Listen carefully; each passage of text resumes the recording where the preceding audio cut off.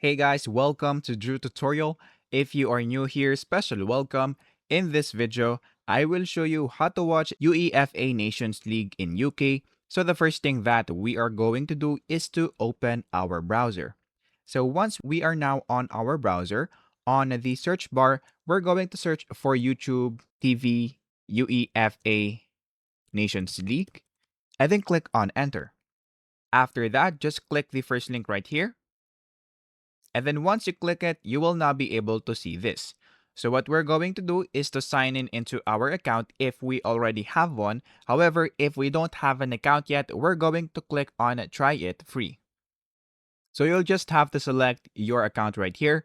And then once you click your account, you will now be redirected into this part. So all you have to do is to put your zip code. And then after that, click on the next button. And then in this part, you can actually start a preview for 20 minutes if you want to check the app first.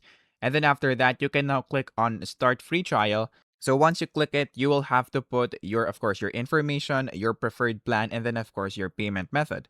But let's say, for example, that you have already subscribed into their platform. So once you're now here, just click on the search button. And then we're going to search for UEFA Nations League and then click on enter. And then once you do that, you will now be able to see this. So just click on it.